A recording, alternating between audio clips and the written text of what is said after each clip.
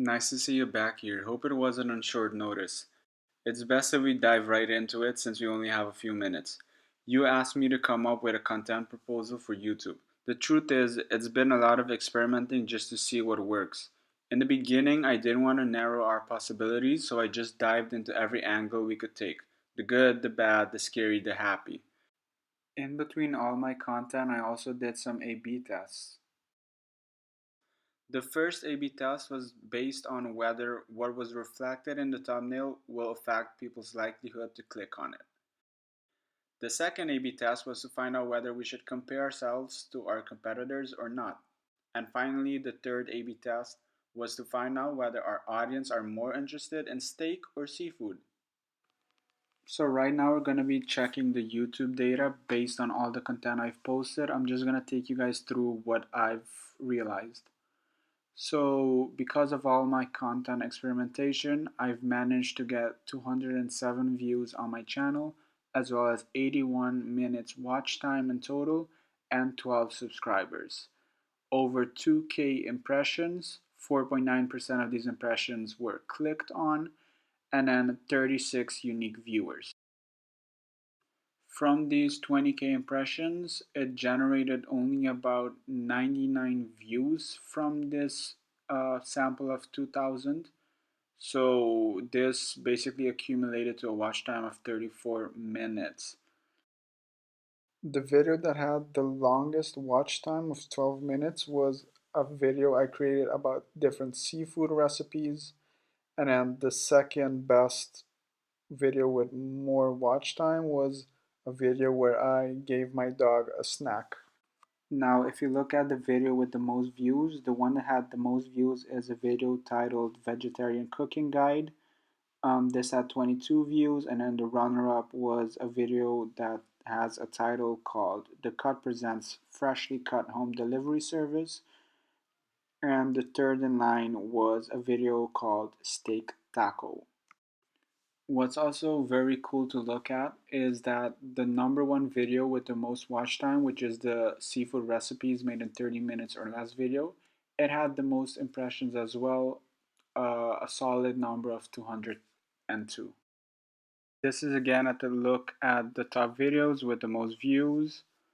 And then what we have here is basically what I really want to mention is that even though I got some data, it wasn't all too clear. As you can see from here, it says about half of the watch time was from the Netherlands, but the other half is from an unknown location, which just goes to show that the YouTube algorithm doesn't always recognize where people are from. Next, we're going to take a look at my data from Google Analytics to see which ads received clicks. Looking at the Google Analytics, I have received 8 clicks in total. There are 8 different clicks from 8 different campaigns. Most of them involve some type of recipe, so steak only recipe, steak salad, steak taco. I also have a click from an A/B test which I did with different thumbnails, and also an A/B test click that I did from comparing with competitors. That's the link that says cheap meat version B, and then I also have a click from my YouTube channel art. It was only after uploading content on YouTube for over 2 or 3 weeks that I started getting actual data.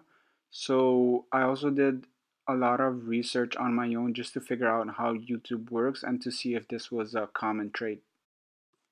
So everyone is very familiar with YouTube, and YouTube is a big platform, but they're also very honest and upfront about the amount of people that are on their platform.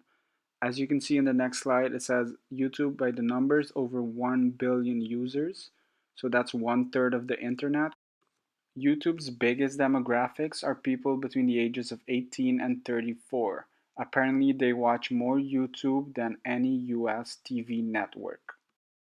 But YouTube isn't only popular in the US, YouTube has over 100 countries with users and over 80 languages available on its platforms. It also has over 1 billion hours watched daily. With all the content I've uploaded and people watching over 1 billion hours daily, it was a bit sad for me that the only true engagement I received from someone was from someone named Peter Randall which has a comment that seems more like a spam bot than anything. It says A1 content, keep up the good work, and then to check our website that it's a great way to promote my videos. I believe through all of my testing and different content, it was in the end that YouTube's AI that was the puppet master over what people watch, and in fact didn't really provide me with a bigger audience range for me to base conclusive results on. And I'm not the first person to talk about YouTube's algorithm. In fact, many users have seen what they refer to as horror stories when uploading content on YouTube's and not being in favor or not being a favorable content source for YouTube's algorithm, in turn not receiving views or anything like that. Now let's talk a bit about my consumer insights from doing all these content. As you can see here, my videos with the most views involve food. Now, this wasn't a surprise as there are many YouTube channels that talk about food and have recipes and all of that. And when I check back at the data on YouTube, it kind of makes sense.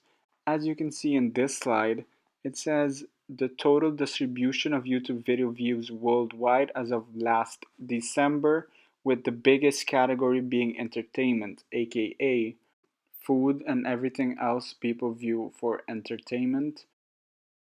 90% of people say they discover new brands or products on YouTube. This is a great consumer insight because it shows that YouTube is definitely a place where people can discover and encounter new things.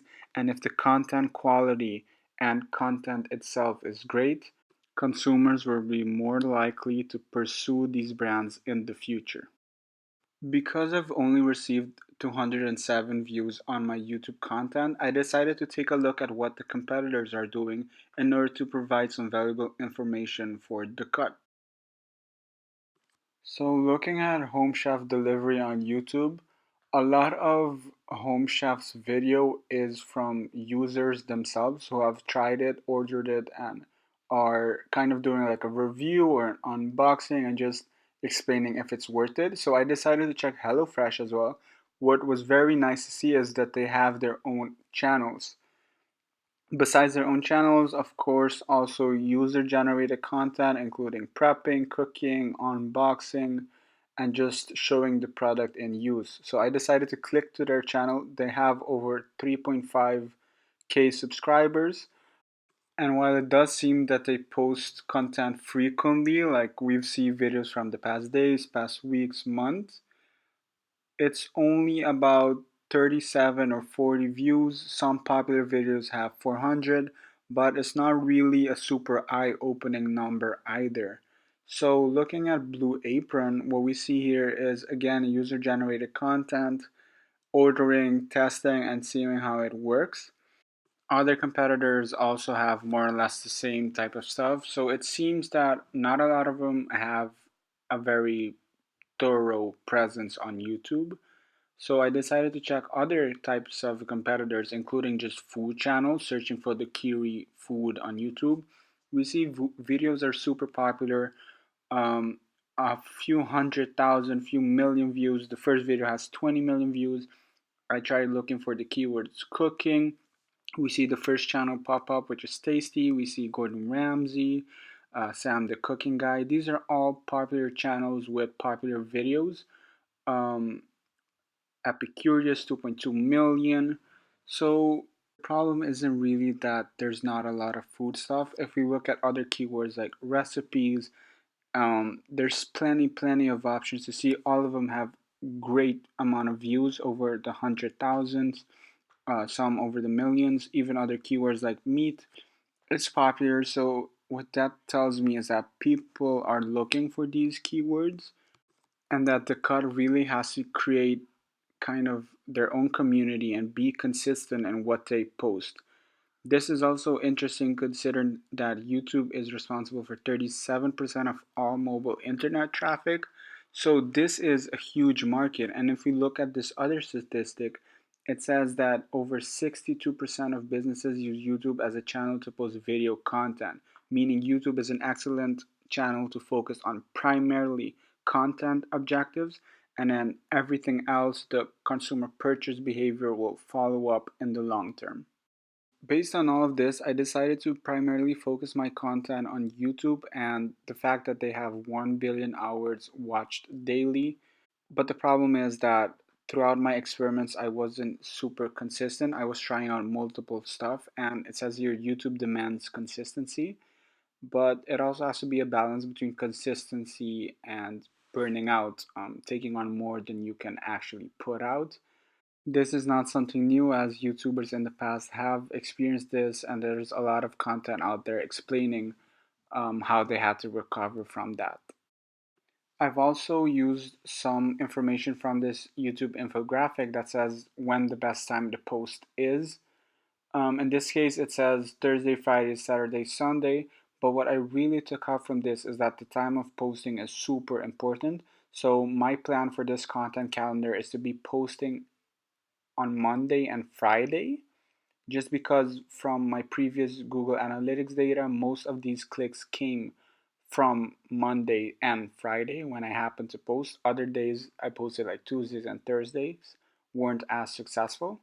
And the best time to post is between 12 p.m. and 4 p.m. during work days. Since I will be posting on work days, then I decided to maintain between 2 and 4 p.m. for my content proposal, just because then it has enough time to be trending at night and hopefully increase in popularity and more views as well.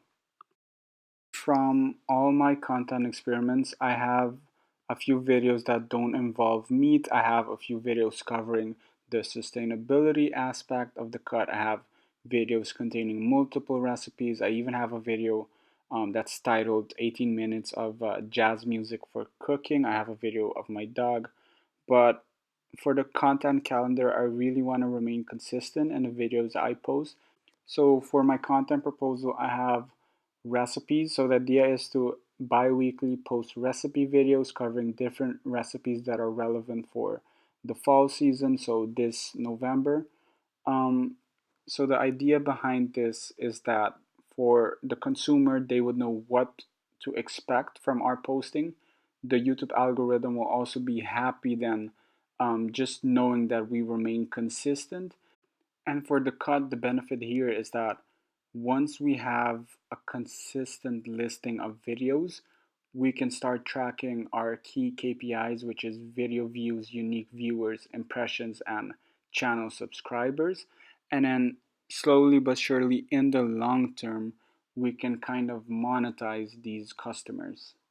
This will also be helpful because once we have enough video views, YouTube and the algorithm can provide us with information about where these views are coming from. And because of the fact that in my Google Analytics, I've had clicks from seafood videos, meat videos, but also vegetarian videos, I decided to incorporate kind of mix match the recipe videos just to make sure we're covering all topics. As you can see here, we have a default copy. So every video will have in the description a one-liner sentence of what that video entails, so which recipe it's going to be. But I also have this default copy that really talks about the cut, so what the YouTube channel provides consumers, but also where they can follow the cut on other social platforms. The idea is to combine YouTube with other social platforms as well, and then really create kind of a community for the cut. This is also coming from research that says cross promotion of videos with other social media channels was both widespread and associated with an increase in views. My final thoughts on running experimentations on YouTube for the cut is that I feel the past 8 weeks wasn't really enough time to build a loyal audience and a loyal following. This is also partly because I was experimenting with different stuff and therefore I was not able to represent the cut as a kind of a consistent brand in what they do. But I do believe that through my trials and errors and with the limited data that I do have, I was able to make the right decision and provide the cut with the best content proposal for success on YouTube. Please refer to the appendix and my reference sources in the description down below. I've also added links to the content calendar and my A/B test tracker, as well as my YouTube channel for the cut where I did all of my experiments. Thank you.